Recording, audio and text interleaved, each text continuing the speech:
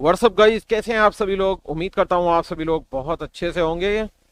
तो गाइस, आज हम सीखेंगे छोटे छोटे डेली यूज इंग्लिश सेंटेंसेस जो आपको डेली लाइफ में इंग्लिश बोलने में बहुत ज़्यादा मदद करने वाले हैं।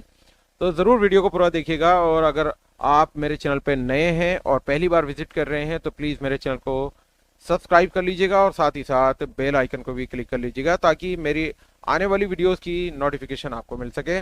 तो चलिए गाइस, बिना देरी किए शुरू करते हैं आज की अपनी क्लास। और इस क्लास का पहला सेंटेंस, थोड़ा और इंतज़ार करो। हमें ऐसा, अगर हमें इंग्लिश में बोलना है थोड़ा और इंतज़ार करो, तो आप इसे कैसे कहेंगे। आप इंग्लिश में इसे कहेंगे वेट ए लिटिल लॉन्गर या वेट ए लिटिल बिट। आप दोनों ही में से कुछ भी कह सकते हैं, वेट ए लिटिल लॉन्गर या वेट ए लिटिल बिट। थोड़ा सा इंतज़ार कीजिए। उसके बाद चलते हैं अगले सेंटेंस की तरफ और देखते हैं छुट्टी होने ही वाली है। अगर हमें ऐसा बोलना है, अगर मान लीजिए आप किसी स्कूल में, कॉलेज में आप पढ़ते हैं और वहां पर छुट्टी होने ही वाली है, आप अगर कह रहे हैं तो आप ये कहेंगे school is just going to be over. School is just going to be over. छुट्टी होने ही वाली है। अगले सेंटेंस की तरफ बढ़ते हैं और देखते हैं अगला सेंटेंस। तुम्हारी स्कूल की छुट्टी कब होती है। अगर आप किसी से पूछ रहे हैं, किसी दूसरे स्कूल में, कोई हो सकता है कि आपका कोई फ्रेंड है और वो किसी दूसरे स्कूल में पढ़ाई करता है, तो आप अगर उससे मिले या आप पूछ रहे हैं तुम्हारे स्कूल की छुट्टी कब होती है, तो आप इसे इंग्लिश में ऐसे पूछिएगा, what time does your school finish. What time does your school finish. तुम्हारे स्कूल की छुट्टी कब होती है। अगला सेंटेंस देखते हैं। हमारे स्कूल की छुट्टी 2 बजे होती है। अगर जवाब यानी किसी ने अगर आपसे कोई सवाल किया, अगर आपको ये जवाब देना है कि हमारे स्कूल की छुट्टी 2 बजे होती है या 3 बजे होती है या 4 बजे होती है, तो आप उसके स्थान पर देखिएगा, इस तरीके से बनाएंगे, our school finishes at 2 PM। Our school finishes at 2 PM। हमारे स्कूल की छुट्टी 2 बजे होती है। अगले सेंटेंस की तरफ बढ़ते हैं और देखते हैं हम अपना अगला सेंटेंस। तुम्हारा स्कूल कितने बजे से लगता है, यानी कि तुम्हारा स्कूल कितने बजे स्टार्ट हो जाता है, यानी कितने बजे उसमें पढ़ाई होनी शुरू हो जाती है या खुलता है। तो ये तमाम इस तरह के सवाल हैं। इनका देखिए आप इसे कैसे बनाएंगे। आप इसे बनाएंगे, what time does your school start. What time does your school start. तुम्हारा स्कूल कितने बजे से लगता है, यानी कितने बजे स्कूल खुलता है या शुरू होता है। अगला सेंटेंस, हमारा स्कूल 8 बजे से लगता है। अगर हमें ये कहना है तो हम इसको इस तरीके से कहेंगे, अवर school starts at 8 AM।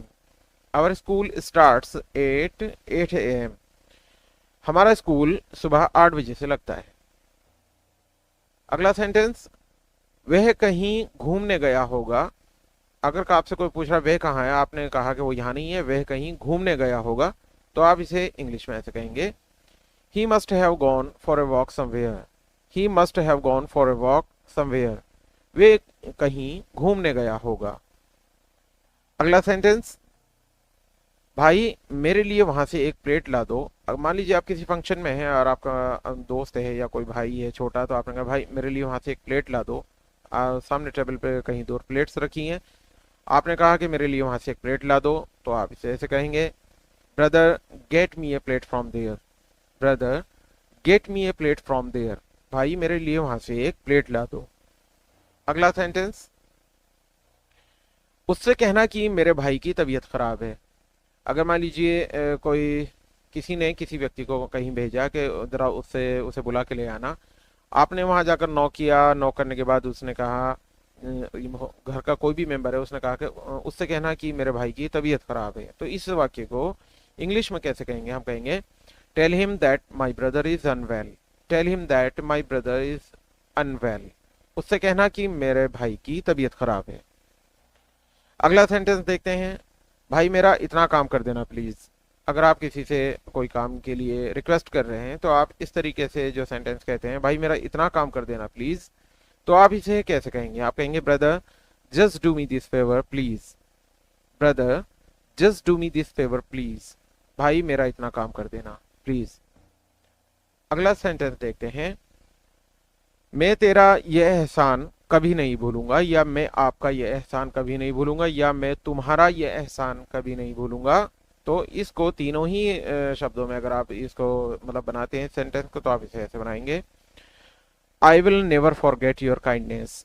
I will never forget your kindness. मैं तेरा या मैं तुम्हारा या मैं आपका ये एहसान कभी नहीं भूलूंगा।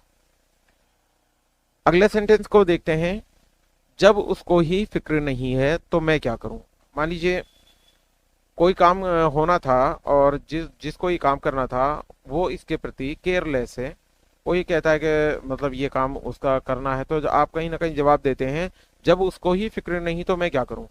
तो आप इसको इंग्लिश में कैसे कहेंगे? आप कहेंगे if he is not worried what would I. If he is not worried what would I. जब उसको ही फिक्र नहीं है तो मैं क्या करूं। नेक्स्ट सेंटेंस, कोई भरोसा नहीं है उसका। कोई भरोसा नहीं है उसका कि वो आएगा भी या नहीं आएगा। आगे सेंटेंस जो जोड़ना चाहें आप जोड़ सकते हैं, लेकिन अगर इतना वाक्य आपको बनाना है कि कोई भरोसा नहीं है उसका, तो आप इसको कहेंगे there is no assurance. There is no assurance. कोई भरोसा नहीं है उसका। अगला सेंटेंस, कभी भी कुछ भी हो सकता है। अगर आपको ऐसा कहना है तो आप कहिए anything could happen any moment. Anything could happen any moment. कुछ भी, कभी भी कुछ भी हो सकता है। अगला सेंटेंस, अगर मेरी जरूरत पड़ेगी तो मैं वहां जरूर जाऊंगा। अगर मेरी जरूरत पड़ेगी तो मैं वहां जरूर जाऊंगा। आप इसको कहेंगे if the need arises I will certainly go there. If the need arises I will certainly go there. अगर मेरी जरूरत पड़ेगी तो मैं वहां जरूर जाऊंगा। अगला सेंटेंस, मैं अच्छे से सो भी नहीं पाता हूं, या मैं अच्छे से सो भी नहीं पाता। तो आप इसे कैसे कहते हैं? आप कहते हैं I can't manage to sleep properly. I can't manage to sleep properly. मैं अच्छे से सो भी नहीं पाता। अगला सेंटेंस देखते हैं, कितनी मेहनत करनी पड़ती है मुझे ही पता है। अगर आपको ये सेंटेंस बनाना है कि कितनी मेहनत करनी पड़ती है, किसी काम के बारे में आप किसी को बता रहे हैं, आप कहते हैं कितनी मेहनत करनी पड़ती है इस काम में मुझे ही पता है। तो इस तरह के वाक्य कहीं ना कहीं आप रोजाना कहीं ना कहीं यूज करते हैं। तो आप इसे कैसे बनाएंगे? आप बनाएंगे only I know how hard it takes. Only I know how hard it takes. कितनी मेहनत करनी पड़ती है मुझे ही पता है। अगला सेंटेंस देखते हैं, कितना काम करना पड़ता है ऑफिस में, अब क्या बताऊं। इस तरह के भी सेंटेंस जो कहीं मान लीजिए किसी ऑफिस में वर्क करते हैं, किसी ऑर्गेनाइजेशन में काम करते हैं, किसी संस्था में काम करते हैं, तो कहीं ना कहीं कहते हैं कि कितना काम करना पड़ता है ऑफिस में या ऑर्गेनाइजेशन में या किसी शॉप पर या किसी मॉल में, अब क्या बताऊं। तो आप इसको अंग्रेजी में ट्रांसलेट कर देते हैं, how much work has to be done in the office. How much work has to be done in the office. What should I tell you now. What should I tell now. कितना काम करना पड़ता है office में, अब मैं क्या बताऊं। आगे बढ़ते हैं, जब तुम देखोगे तो हैरान हो जाओगे। अगर इस तरह का कोई आपको वाक्य बोलना है कि जब तुम देखोगे तो हैरान हो जाओगे, इसे कई जगह पर इस्तेमाल कर सकते हैं। मान लीजिए आपका कोई मित्र है, दोस्त है, और वो बहुत सालों बाद वापस आ रहा है, तो कहीं ना कहीं आप अपने किसी दोस्त को या घर के परिवार के सदस्य को कह सकते हैं कि जब तुम देखोगे तो हैरान हो जाओगे कितना लंबा चौड़ा हो गया है, या कितना हेल्दी हो गया है, या कितना बड़ा हो गया है। ये सब अगर आप कह रहे हैं तो कहीं ना कहीं इस तरह का सेंटेंस आप बोलते हैं, जब तुम देखोगे तो हैरान हो जाओगे। तो आप कहते हैं you will be surprised when you see it. You will be surprised when you see it या व्हेन यू सी हिम। अगर किसी व्यक्ति के बारे में बता तो हिम या हर या देम। जब तुम उन्हें देखोगे तो हैरान रह जाओगे। तो यहाँ पर इट के स्थान पर अगर कोई बेजान चीज है उसके बारे में बात कर रहे हैं तो हम यहाँ पर यही बोलेंगे, you will be surprised when you see it. और अगर किसी पुरुष के बारे में बोल रहे हैं तो you will be surprised when you see him, और स्त्री के जगह को बोल रहे हैं तो सी हर। लास्ट में इट की जगह हर आ जाएगा। अगला सेंटेंस देखते हैं और देखते हैं, उसे तो आ जाना चाहिए था अब तक। अगर आप किसी का वेट कर रहे हैं तो आप कह रहे हैं कि उसे तो आ जाना चाहिए था, इतनी दूर का रास्ता तो नहीं था या इतनी देर का रास्ता तो नहीं था, तो उसे तो आ जाना चाहिए था अब तक। तो आप इसको अंग्रेजी में बनाएंगे, he should have come by now. He should have come by now. उसे तो आ जाना चाहिए था अब तक। अगला सेंटेंस, पता नहीं आज उसे क्या हो गया। अगर आपको ऐसा कहना है कि पता नहीं आज उसे क्या हो गया, तो आप कहेंगे I don't know what happened to him today. I don't know what happened to him today. पता नहीं आज उसे क्या हो गया। शायद वो भूल गया। अगर आपको ये कहना, ये ऐसा सेंटेंस है कि ज़्यादातर रोज़ कहीं ना कहीं बोलने में हमें यूज़ करना पड़ जाता है। शायद वो भूल गए, या शायद मैं भूल गया, तो या शायद वे भूल गए, या शायद तुम भूल गए। इस तरह के शब्द या वाक्य जो है हम रोज़ाना इस्तेमाल करते हैं। तो शायद वो भूल गया तो हम इसे कहेंगे may be he forgot, may be he forgot. या हम यहाँ ये कहते हैं शायद तुम भूल गए, तो मे बी यू फॉरगॉट। शायद वे भूल गए, मे बी दे फॉरगॉट। तो इस तरीके से हम सेंटेंस को बनाएंगे। अगला सेंटेंस देखते हैं। क्या कभी आपने सोचा है कि आप ऐसा करोगे तो क्या होगा? कभी हम किसी को समझा रहे होते हैं किसी विषय पर और हम कहते हैं कि क्या कभी आपने सोचा है कि आप ऐसा करोगे तो उसका क्या रिजल्ट आएगा, क्या परिणाम होगा? तो आप इसको कैसे बनाते हैं? आप ऐसे कहेंगे, have you ever thought what will happen if you do so? Have you ever thought what will happen if you do so? क्या कभी आपने सोचा है कि आप ऐसा करोगे तो क्या होगा? अगला सेंटेंस देखते हैं। वो दिन भर मोबाइल ही चलाता रहता है बस। अगर आप, क्योंकि आजकल ये है भी है कि बहुत ज़्यादा लोग, ज़्यादातर मेरे अंदाज में 8 से 10 घंटे मोबाइल पे ही लगा देते हैं अपना टाइम। तो अगर आपको कहना है वो दिन भर मोबाइल ही चलाता रहता है बस, तो आप इसे कहेंगे he is just doing something on the mobile phone all day long. He is just doing something on the phone all day long. इस तरह से भी आप कह सकते हैं। उसके बाद देखते हैं अगला सेंटेंस। मैं तो परेशान हो गया हूँ उसकी इस आदत से। या आप ये कह सकते हैं मैं तो परेशान हो गया हूँ तुम्हारी इस आदत से। तो देखिए इसको कैसे बनाएंगे। इसे बनाएंगे I am upset with his habit. ये तो हो गया मैं तो परेशान हो गया हूँ उसकी आदत से। अगर आपको कहना है कि मैं तो परेशान हो गया हूँ तुम्हारी इस आदत से, आप कहेंगे I am upset with your habit. मैं तो परेशान हो गया हूँ आपकी इस आदत से। आगे बढ़ते हैं और देखते हैं अगला सेंटेंस। सब ठीक हो जाएगा टेंशन मत लो यार।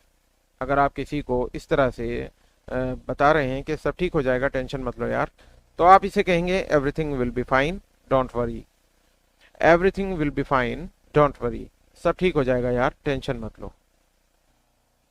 उसके बाद देखते हैं अगला सेंटेंस। अगर हमें कोई क्रिकेट के ऊपर हम कोई बातचीत करने कह रहे हैं कि सचिन ने अब तक कितने रन बना लिए हैं। मान लीजिए आपका कोई मित्र है सचिन, और वो क्रिकेट खेल रहा है, तो आप पहुंचे उसका क्रिकेट मैच देखने।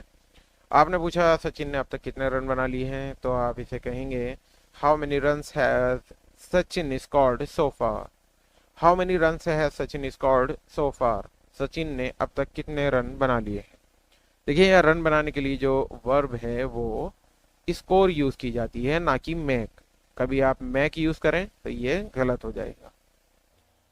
अगले सेंटेंस देखते हैं। नींद आ रही है क्या तुम सबको?